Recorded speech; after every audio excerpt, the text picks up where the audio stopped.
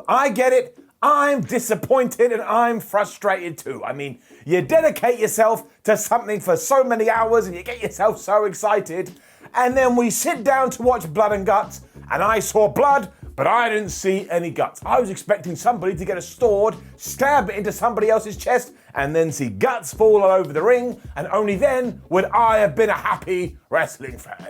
Of course, I'm just joking, but it's not that far removed from how some people are talking today. But don't worry about that, because my name is Simon Miller. Welcome to WhatCulture Wrestling, and make sure you get your own finger of power, the FOP, because it's time to go through Blood and Guts, an AEW Dynamite special, and give the good bits an up and the bad bits a down, and flub me sideways. We have a lot to talk about. Let's go.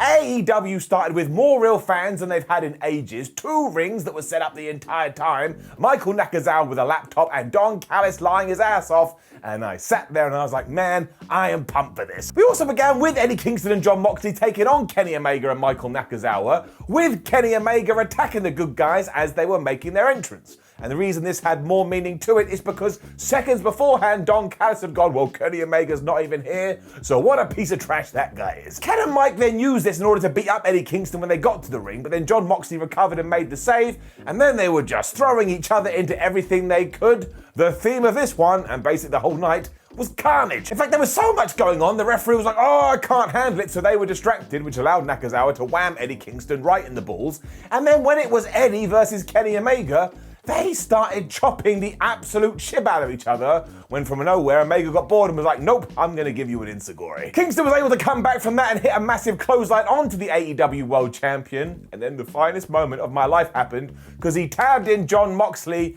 and the fans made all this noise, and I was like, oh, there it is. This is what wrestling's all about. I know some people don't get Nakazawa too, but I want to go on record now to let you know that I love him. Like, when his back was against the wall here, he decided the best thing to do was whip his top off and just start going, come on, come on. And you already know how that ended. He still got smashed in the face. I really like this guy. He also got pole drived into the floor for his troubles, and although Kenny Omega helped his friend there, I think he just got bored. Because Jon Moxley then got Michael, he applied the choke, and as Kenny tried to get in the ring, Eddie Kingston stopped him, so Omega just went, you know what, I can't be bothered with this. He walked off, which cost them the match, and they lost. Happened after Eddie and Mox hit this kind of clothesline suplex thingamajig onto Michael Nakazawa, and we weren't even done there, because we had instant fallout because the Young Bucks arrived, and I think they must have been holidaying in Mexico given how they were dressed. It was just them causing the distraction though, which you would do with the tires like that, because the Good Brothers were here and they hit the Magic Killer onto Eddie Kingston and Jon Moxley before Omega came back out there and just proceeded to be the biggest dick imaginable. I mean, he had Brandon Cutler filming his every move before he hit the One-Winged Angels onto Eddie Kingston, and honestly, the amount of different directions we could go from here, especially because later on, we were going to crown the #1 contenders to take on the Young Bucks, and that match is happening in 7 days. So really, the bottom line is that Dynamite rarely fumbles its opening segment or its opening match, and that streak has just continued. Give it up. Randomly after that, we learned that at Double or Nothing, Britt Baker is officially going to be taking on Shida for the AEW Women's title. And given that Britt Baker was going to have a match on Blood and Guts, I was like, well, why didn't she win that? And then we revealed it, but who gives a crap? I don't care. Who cares? Nobody. Maybe you, but I'm not you, so I don't know. Here's what we need to do. Get to that pay-per-view and have Britt Baker win. I don't care how she do it. There can be shenanigans. She can cheat, but by hook or by crook, she needs to hold that belt. You know, it just makes sense. Cody Rhodes was then taken on QT Marshall, and it's little things like this where AEW really comes into its own. Because this has been a relatively short feud, but we planted a seed, we let it play out, we've now got to the match, but it's not even the end of the program because it just opened the door by the end of it to go into what I assume we were building to begin with. That didn't really come out as simply as I meant it, but up. Once again, carnage reigned supreme because Cody Rhodes just rang at QT Marshall as soon as the bell had been rung, and any misgivings he had before were out the window here because he took off his weight belt and he was going to whip his former friend, and he would have done if it wasn't for that damn referee. It was a bad move too because QT then got a belt of his own and he had no reservations about whipping Cody, And then these two just went to Counter City because they know each other so well. I mean, they had been practicing their timings on that R2 button. Because Marshall has become a super moron, he got in Arn Anderson's face at one point, which was an error because Arn started smashing him in the face. But then it was also a mistake for Arn because he got sent backstage, which means he couldn't help anymore. But that fired Cody Rhodes up. He got back in the ring, and the two kind of collided after cross bodies. And then we saw a sunset flip and a DDT. And throughout all that, just for a small second, you also saw QT's ass. Pulled his tights right down. There was another great bit when Rhodes went for the Cody cutter, but QT Marshall turned that into the crossroads. And then they were literally flipping around the ring as they kept reversing the other's tombstone pile driver attempt. And it was QT Marshall who hit it for another near fall.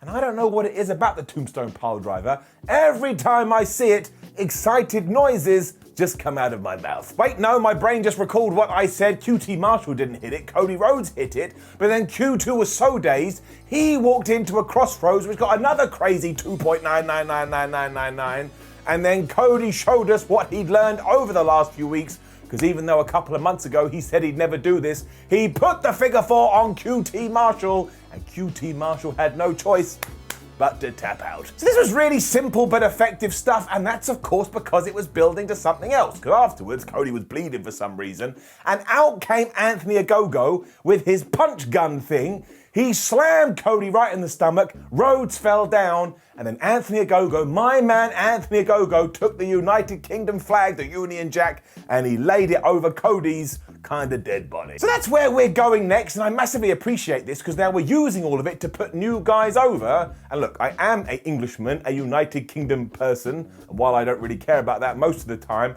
it's so nice when you see it in professional wrestling. Like TNA did it ages ago, but it kind of gives Anthony Ogogo a real identity. And once more, I've said it before, I'll say it again, I think he is taking his opportunity and he is running with it. I'm genuinely excited to see what happens when we do get Cody versus Anthony, which I assume is happening at Double or Nothing. AEW then had a proper opportunity to proper establish Scorpio Sky and Ethan Page as a dominant tag team.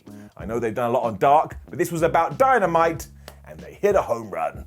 Because they ripped into Sting at first, saying that the only reason he paints his face is because otherwise we'd see how old and decrepit he is, and that he is no longer the franchise because they're the franchise. And obviously, because they had insulted his dad, Darby Allin then appeared, and this crazy tamale, one of the first things he did was climb up this ladder that was suspended in midair and just dove at them. And this was happening on like a concourse, so he landed on the concrete. This continued to just be otherworldly though, because after Scorpio Sky hit him with a trash can, they grabbed Darby Allin and they threw him down the stairs. And I don't know about you, but I don't think there's a way to fake being thrown down the stairs. It gave Sky and Page or Sap some real momentum, and if it wasn't for something that happened later on, I would be standing here right now advocating for one of them to become the new TNT champion. But give it a few minutes and we will talk about it. Britt Baker then wrecked Julia Hart. This is exactly what it should have been. We really put Baker over the top here too, because she had a pinfall victory had she wanted it, but instead she picked Julia's shoulders off the mat, applied the lockjaw, and made her tap out instead, because she's DMD the dentist and she don't give a flub. So while this basically came and went, it was just a really good way to let you know she is the number one contender. She is going for that title at Double or Nothing, and as I've already said, she should 100% win it. Taz was then showing a video where he was saying that Christian Cage's technique is crap, whereas Powerhouse Will Hobbs is amazing, as is the color orange. I think this was just put in there to remind you that this feud is going to go somewhere, and I suppose we'll find out more next week. And talking about championships, it was then time to find out who would be the next opponents for the Young Bucks, because we were having SCU taking on the Varsity Blondes, shout out to Griff Garrison, taking on the Acclaim, taking on the Jurassic Express. When Max Caster was walking to the ring, he did his whole rap thing, and he went at one point, flying Brian Pillman Jr., "You're gonna be on Dark Side of the Ring in the future, just like your dad."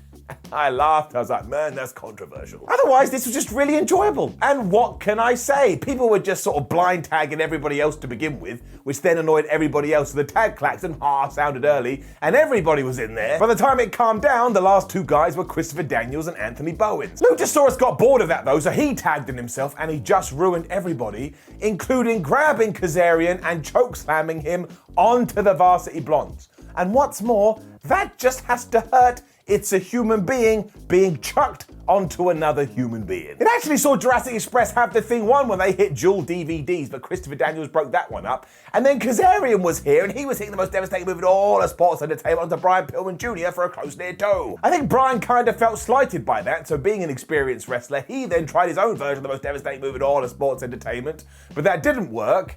And at that time, he also ran out of friends. Because just afterwards, SCU was able to hit him with the BME and get the victory. So once more, this was the right decision. And yes, we now have our match. It is SCU versus the Young Bucks for the damn tag team titles. Again, it would have been awesome if we could have had more matches like this on Dynamite to build to this big showdown.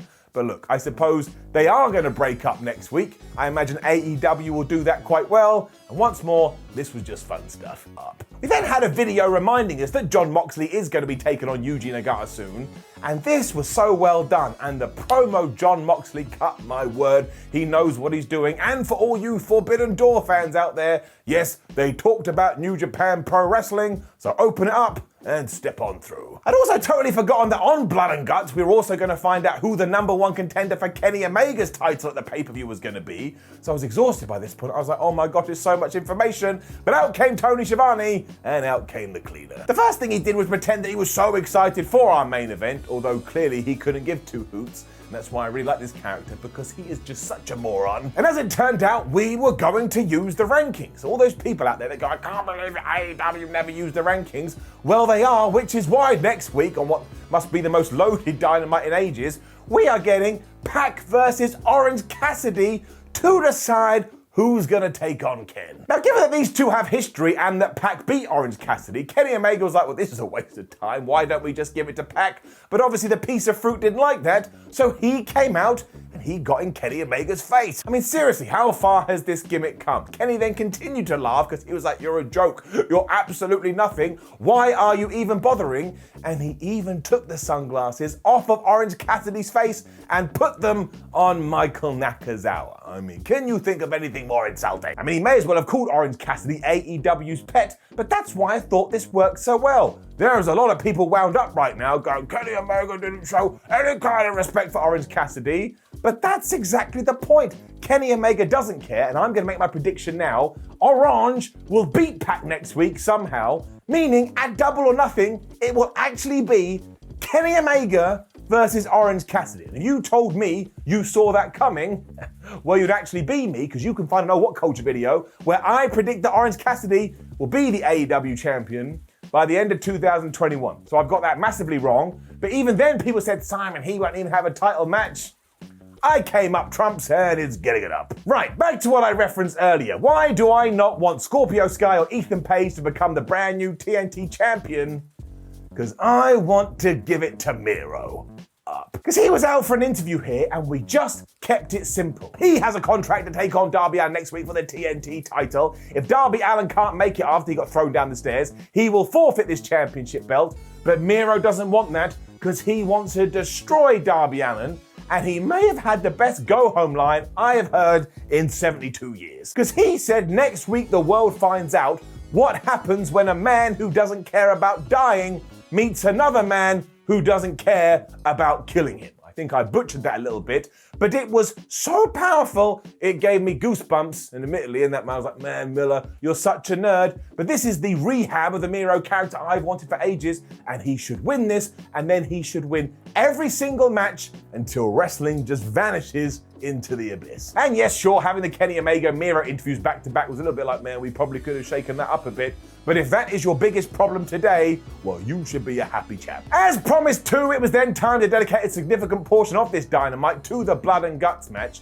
And if you were interested into whether fans and real life human beings were interested in this, before we even got going, they just came alive, they went crazy, so it's a couple of thumbs there. It was War Games though, so we had all the usual rules, meaning that everybody has to officially be in the match before you can have a victory. And also there's no pinfalls here, either somebody's gonna submit or somebody's gonna surrender. And we underlined all that almost as soon as we had begun, because the first two people in there were Dax Harwood and Sammy Guevara, and after Sammy had been rocked with a spine buster, Dax went to pin him, but the commentators are like, You stupid idiot. Why didn't you read the book? They were absolutely killing each other though. The side of the cage was being used as if it was the source of oxygen, and so many times they would do a move into that steel and the other person would just crumple on the apron. It looked absolutely horrible. Shawn Spears was in the next guy in because of course the Pinnacle had the man advantage here, and he had a chair and he just whammed Sammy Guevara right in the head. Now, I do believe this chair was gimmicked, but still, I don't think we want to go down this path knowing what we do know, and knowing that I know what I do know, it also just gives me the fear. Thankfully, Ortiz was soon in to balance the numbers, and he had this chair too, and he was using it like a gun. And when everybody was down, Sammy Guevara did this Spanish fly to Shawn Spears, where they went from one ring to the other ring, and that was my face the whole time. I didn't blink. My brain was trying to process it, but I came up with nothing. Cash Wheeler then got his cue and all of this madness. Sammy Guevara was bleeding, and because the Pinnacle had the man advantage again, they got back on top. And then at one point, Ortiz got gory bombed right into the side of the steel, and sometimes you see a big bump and it looks spectacular, but other times you see them and it just looks so violent. That was this. The most obvious thing to do after that was send Santana in there, and he ran wild for a bit. But even then, he kind of got spanked, although the Inner Circle then finally rallied and they started to have control. There was a reason for this though, and that's because we were sending Wardlow into the ring and we were gonna keep things nice and simple and nice and effective, because he stood in one ring all like, oh, I'm a big strong power guy. And even though 3 members of the opposition tried to get him down, he just pinged them off like flies. And if you've never seen him before, you'd be like, who's this Wardlow chap? And look at his wonderful white singlet. This then continued because of course next up was Jake Hager, and he was even able to get Shawn Spears to tap to the ankle lock. But again, not everybody was in the ring, so it doesn't count. And by the time Hager and Wardlow were just punching each other into the face and scuffling around the steel, well, I was invested. I was having a great time. Everything was ticking the right box. You should go and watch it. MJF was the last guy in for the Pinnacle. Any worries that, well, he does do his job very well, so he may get cheered by the fans, was blown out your ass because they booed him to hell. And one of the first things he did was just sit back and go, well, I've got all this under control, as he let Wardlow do his dirty work. Then the crowd just started jeering him more. I thought that was great. This all meant Chris Jericho was the last competitor to get in there, and once again, we just did what we had to do. The Inner Circle lined up in one ring, the Pinnacle lined up in the other ring, they then stared at each other, they went to war, and Jericho even had Floyd the baseball bat, and he was just twonking people in the air. Soon people were then climbing the cage, and the Revival decided to wreck one of the rings by ripping up the canvas so you could see the wood beneath it. But then from nowhere, Sammy Guevara was hitting a coast to coast, and honestly, that will be the gif you see for the next month. He couldn't have done it better. The Inner Circle then actually got one over the Revival because it was them that got pile-drived into the exposed wood. And then Santana had a fork. And I was like, what else are we going to see? But he took it and he rammed it into MJF's head, who of course started to bleed. And then he took a bit of his skin off and he ate it. That bit didn't happen, but I bet you believe it could. Wardlow tried to help out with Boss, and he did a pretty good job to start with until he got ruined by weapons. And then Tully Blanchard, sensing his team were in danger, he took out one of the referees, he got the key, he opened the door, and because MJF was so scared and because he's such a coward, he scampered up to the top. And you know what happened next? Chris Jericho followed. We then got the always cool visual of MJF being locked in the walls of Jericho on top of the steel, but the way Maxwell got out of this was by taking his hand and punching Chris Jericho right in the balls. He was then able to apply the salt of the earth, but no matter what he did, including I think biting La Champion at one point, Chris Jericho wouldn't tap out. But this really did get under Maxwell's skin, so he took Chris Jericho, he walked into the side of the cage and he said, if somebody doesn't surrender, most notably you stupid buffoon, I am going to chuck you off of this and essentially murder you. And I laughed. Again, I know I've got a problem, but I just love that idea. If you don't let me win this wrestling match, you will die. It's time to make a choice. This is how it finished too, because we went with emotion. Sammy Guevara was watching this and realized,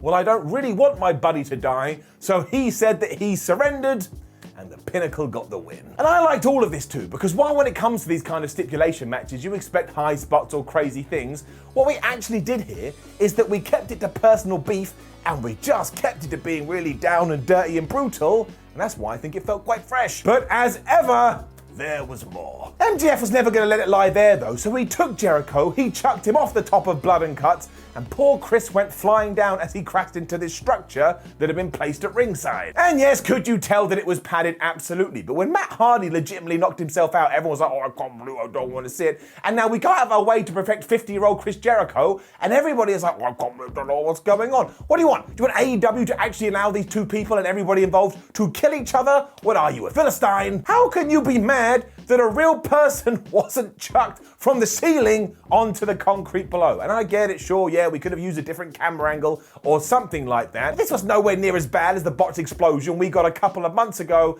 and I thought it was the perfect way to say good night, we'll see you next week. Sometimes you do have to remember that wrestling is wrestling. Also, it looked cool, and I bet if you talk to Chris Jericho, he wouldn't say, oh yeah, it was a barrel of laughs. I would imagine it would be quite intimidating, because it is quite intimidating. So overall, I was just so damn entertained. I'm not gonna sweat the small stuff, because come on, there's gotta be a line in the stand somewhere, and it is getting it up. And yes, now everybody's gonna lose their mind because of the ups and the downs counter, but where was the bad on this show? There are a few things that could have been better, but nothing was crap, and you only get a down if you do something that I think didn't work overall. I thought this was tremendous fun. It left a smile on my face, so overall, is getting it up. Now, don't forget to leave a comment below and let us know what you thought about last night's AEW Dynamite. I can already read them. Chris Jericho fell apart, blah, blah, blah. Like the video, share the video, and subscribe. Head over to WhatCulture.com where you can read yourself some articles. Make sure you watch more videos here on YouTube, and you can follow us on social media. My name is Simon for WhatCulture. Thank you for joining me as always, and I will see you on the next one. Make sure you have